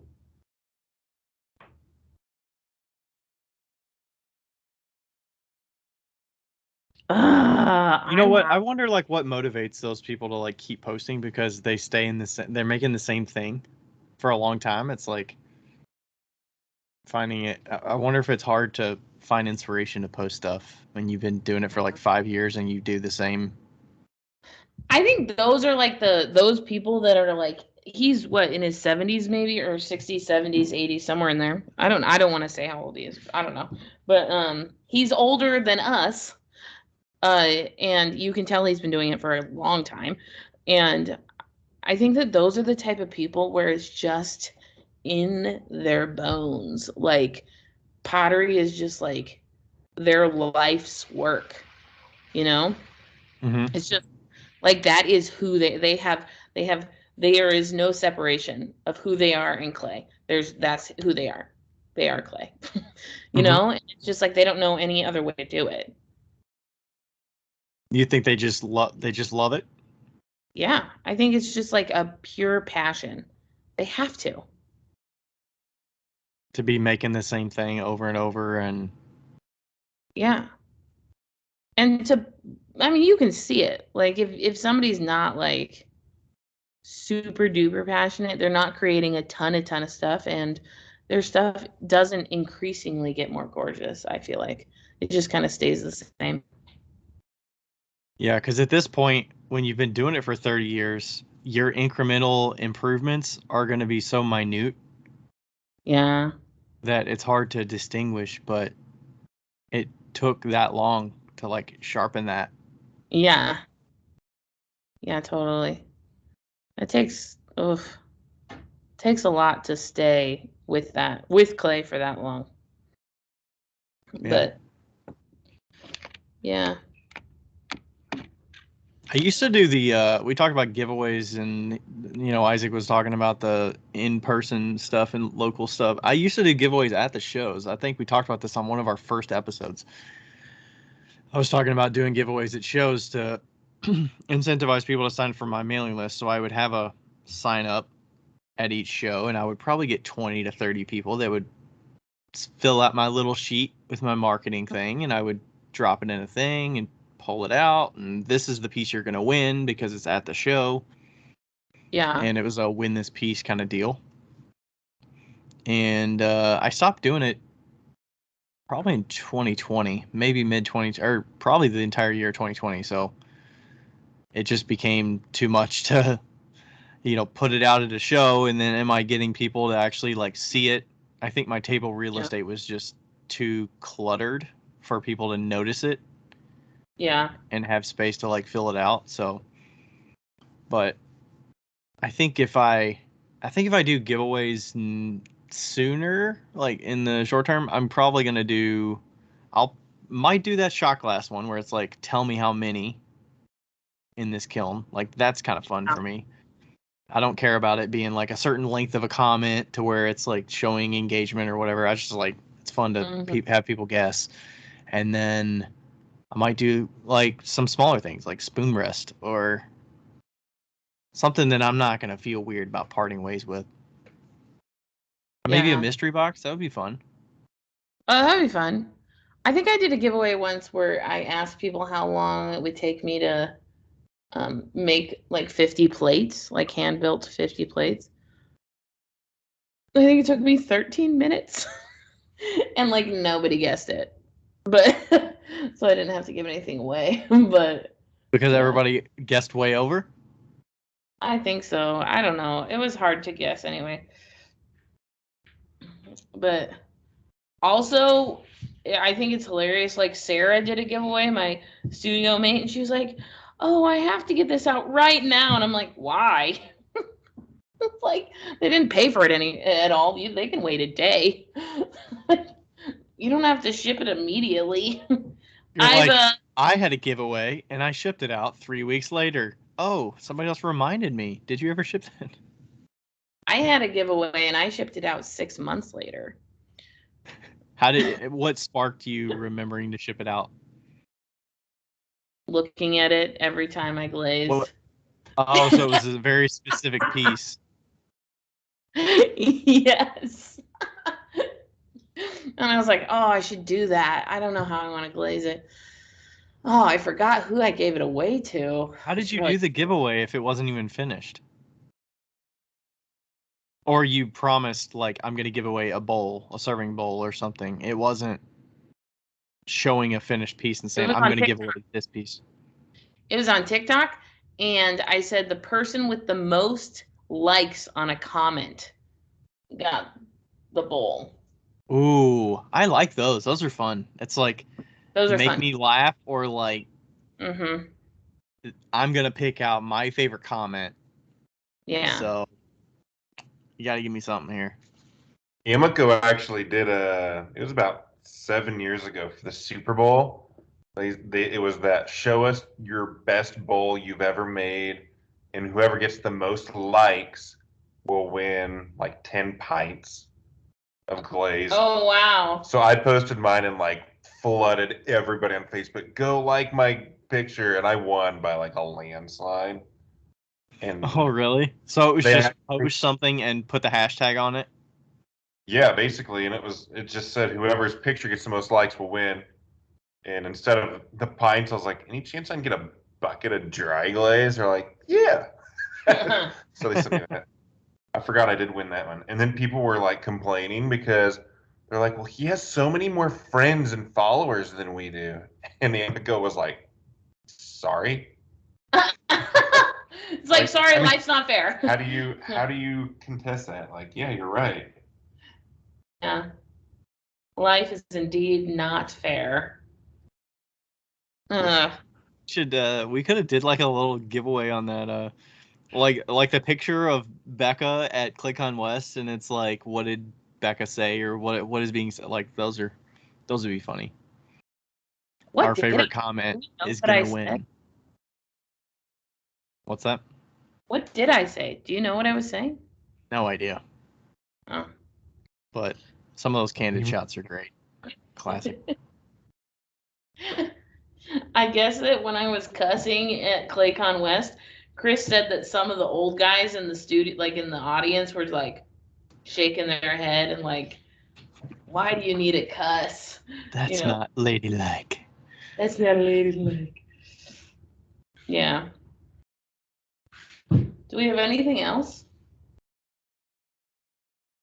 I don't know.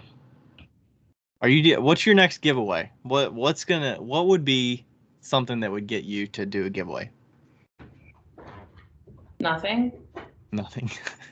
You're like, I just hit 10,000. I'm giving way to not doing giveaways, so we're good. I'm giving way. I just thought it was a funny play on words. I just wanted people to think it was a giveaway and then realize it wasn't.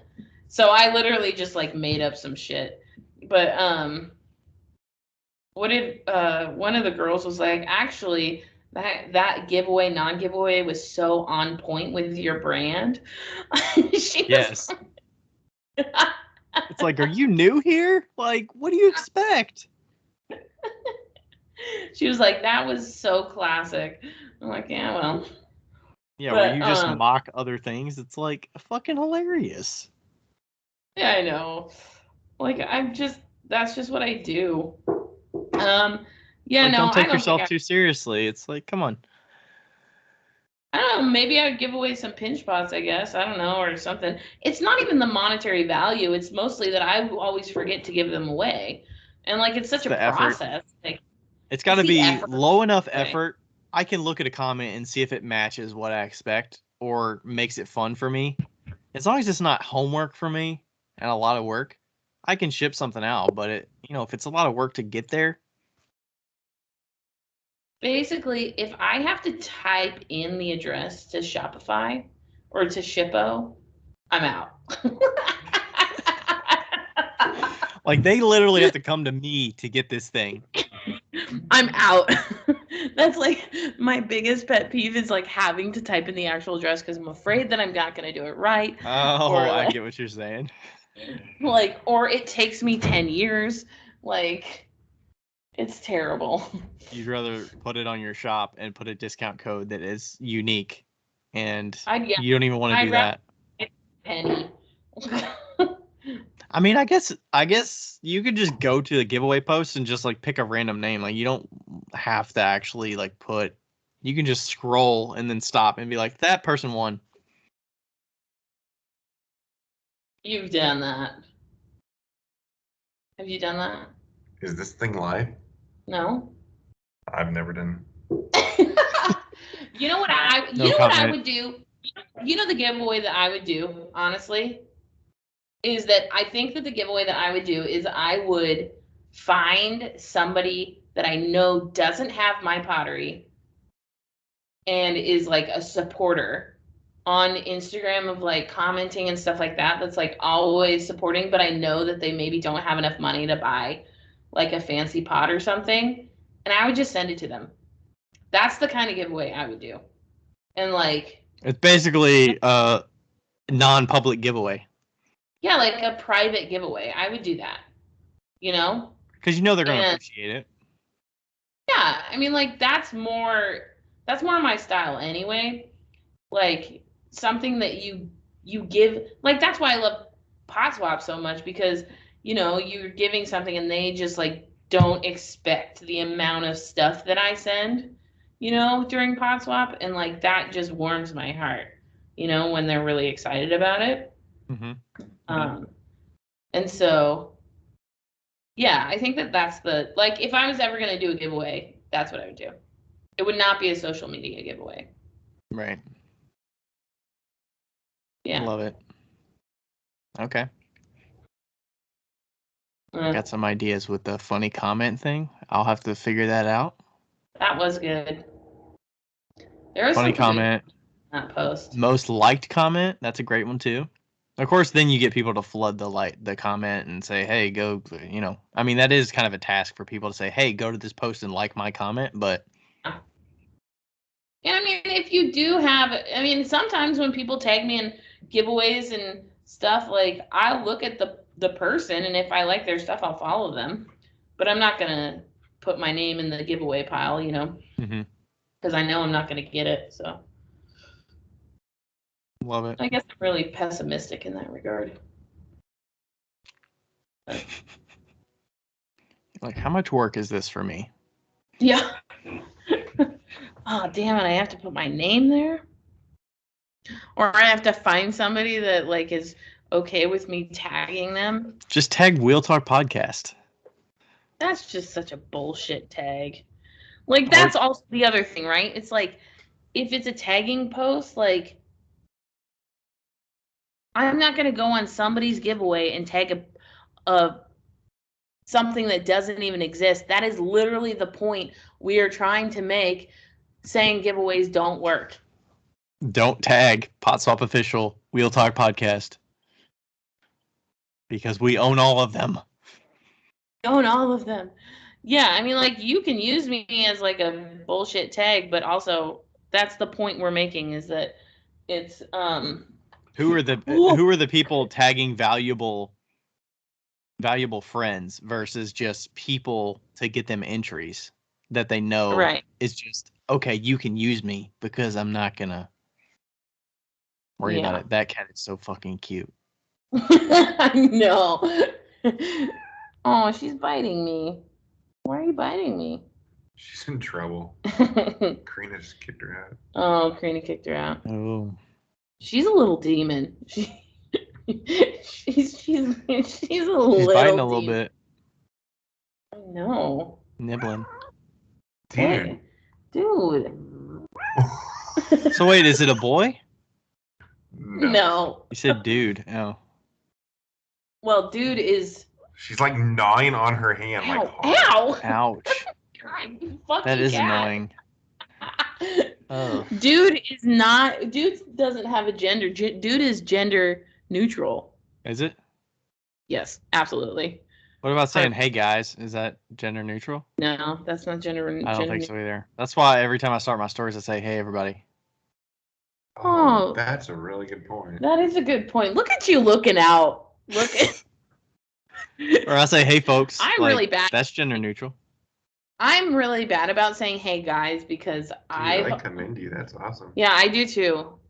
I am like, I've always been okay with being called a guy, but also I know that the majority of people that follow me are female, so that's true. It seems weird to just always say, "Hey guys." Yeah, I know. I do think about it though. Whenever I say "Hey guys," and then it's a group of women, I'm like, oof. Like, what if they're not cool with that? Have you seen? I don't know if you follow Lindsay, but she says, "Hello, ladles and gentle spoons." I sometimes say, "Hello, ladies and gentle ladies." Oh, my gentle ladies.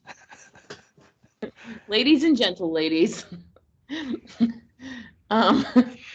Yeah. Y'all is when we were watching Hannah Gatsby, she's Australian, and she goes, "I love the term y'all. Y'all is the most inclusive term known to mankind." Yeah, I try not to say that because it sounds country, but you are country. I'll probably throw it in there every now and then in regular conversation. You do. Y'all. Oh my God. Can I tell you something funny? No, not allowed. Sorry. You already said we're done. Nope. Okay, fine. Okay, so I said no, so, Becca. You cannot tell us no, something funny. this is great. So like when I used to do the word mugs, um, I had 2 misspellings that were like really bad. So mama, Intentional? no, not intentionally. I misspelled mama bear because I didn't know how to spell mama. I spelled it with 2 M's. M-A-M-M-A. No, M-O-M-M-A. And then y'all, I put the apostrophe in the wrong place. When it said y'all need Jesus, I put the apostrophe after the A. Yeah. All. Yo. Yale. Yeah, And Will. I think Yo. all these people that have mugs that have the apostrophe in the wrong place, so many. You need to do that and then have like a little like decal that like points the arrow of the apostrophe to like point it to like go on the other side of the A. Over. That's like when I did my senior project. My project was called The Otis Micmac of Imagination, featuring Becca's famous balls of steel. And Oh my gosh. and and I misspelled steel and I crossed it out on the wall and wrote it correctly above it. my You had my like mentor STEAL or something? Yeah, my mentor walked in and she saw it because we painted the whole wall yellow, and I wrote the instructions because it was a game on the wall in Sharpie. And I've always been like this, guys. No surprise. And she walks in and she looks at it and she goes, "What the fuck?" Because of the Sharpie on the wall? Just because it was so sloppy, she hated it. And then the art history teacher was like, "I love it." I mean, those senior shows, like you can literally do whatever the hell you want, right? No, Like they're just gonna paint over that anyways, right? I think I got a C in that. Like you can get a grade for it. Like from your mentor, they give you a grade, and I got a C. Um, who cares? Fuck you. I'm making money in art. How did you smell mama though? I was thinking MAMA. You didn't you spelled There's 2 ways to spell mama, right? MAMA Yeah. and MOMMA, right? Yeah, and I spelled it like MAMMA or like MOMMA. Mama. Mama. So you had an A instead of an O basically. MAMA or mom. I don't know how I spelled it. I spelled it wrong though. It's like theater, you know. You can spell it THEATRE or THEATER. You know. I think RE sounds more sophisticated. Agreed. Very much so. And That's how I theater's say it. like, oh, what are you going to see a fucking movie? Yeah. And theater's like, oh, you're going out to the theater. All Theater. right. The theater. What happens at the theater? Chaps who sing snaps aren't tapping anymore. They're learning choreography. Okay, anyway. I think we only want 400 mugs. He's like, get out of here, Becca. We're done with the mugs. We can't handle your singing. Yesterday we were watching Shark Tank and then The Bachelor came on. They're on the same channel? They're on Hulu. So like Shark Tank ended and then The Bachelor just started playing. And I didn't realize how much me and Isaac were the same until we both started like ragging on The Bachelor so hard. And poor Karina was like over here like, "Oh my God." She was like, "You too." We're like, So are "That you guy's ragging so on the guy or you're ragging on all the girls that are competing and stuff? Everybody's free game. Everybody's free game in The Bachelor." Okay. Yeah. It's fun to watch if you make fun of everybody. I have not watched any of that. Well, we can watch it sometimes. I'll watch it with you, and with me, you'll have a great time. All right. Give me something to drink.